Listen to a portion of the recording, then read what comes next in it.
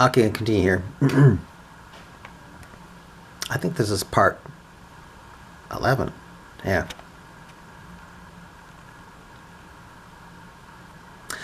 Okay.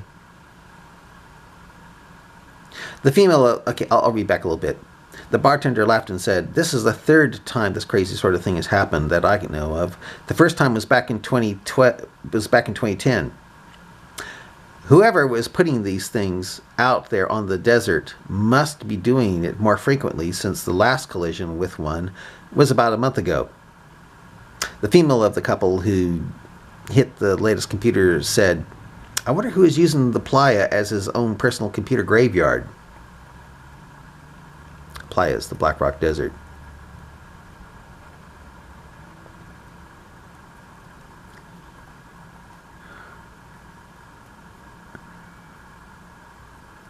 Yeah.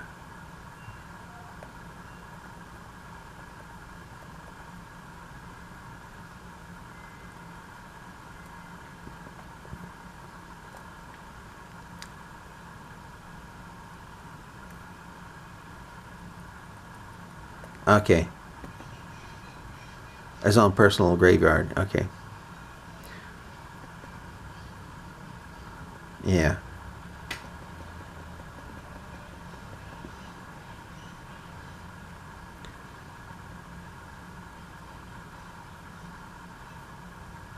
Okay.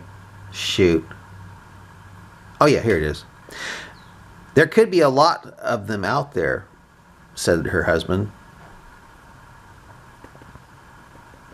Mr. Rahman brushed away the desert dust and noticed that the old computer was spray painted gold. "Do you think that's the only reason the computers have been banished to the desert?" asked Mr. Rahman.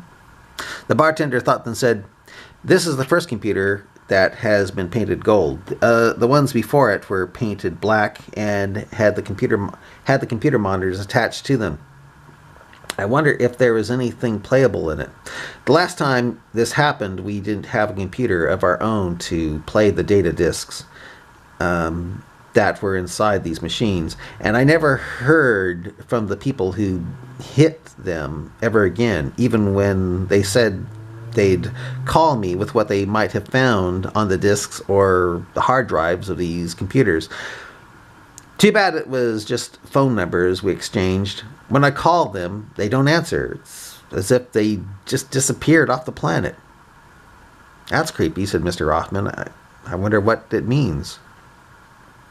The bartender asked the couple if the computer they struck had a CD in it they could play. Sure enough, there was one, but due to the car hitting it, it was broken in half and unplayable. "Crap," shouted the bartender to see the data disc in two pieces. The bartender's female friend said, "Maybe when we get home I can repair it with the glue and see what it has on it." "Then you'll disappear next," laughed Rahman. "Right," joked the bartender, but didn't really laugh. Mr. Rahman noticed black felt writing on the CD that, when put together, spelled out the words "Project Oracle." The bartender saw it and said, "Project Oracle, isn't an oracle something from Greek myth that was a person or object that could see the future?" "I believe so," said the woman. Some minutes later, when the subject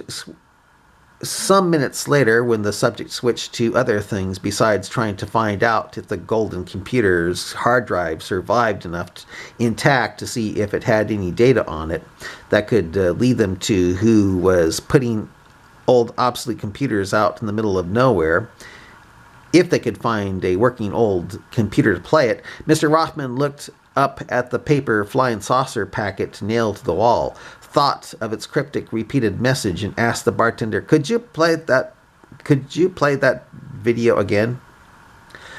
When the bartender did, Mr. Rahman became shocked at just how much it looked like one of the guys who was exposing Islam on the internet. No Muslim wanted to expose Islam on the internet. No Muslim wanted the free infidel world to know about. Messages from the edge of Earth are coming. So the man on the grainy video that was now playing off of a more modern CD, messages from the edge of Earth are coming. I think I'll end it here.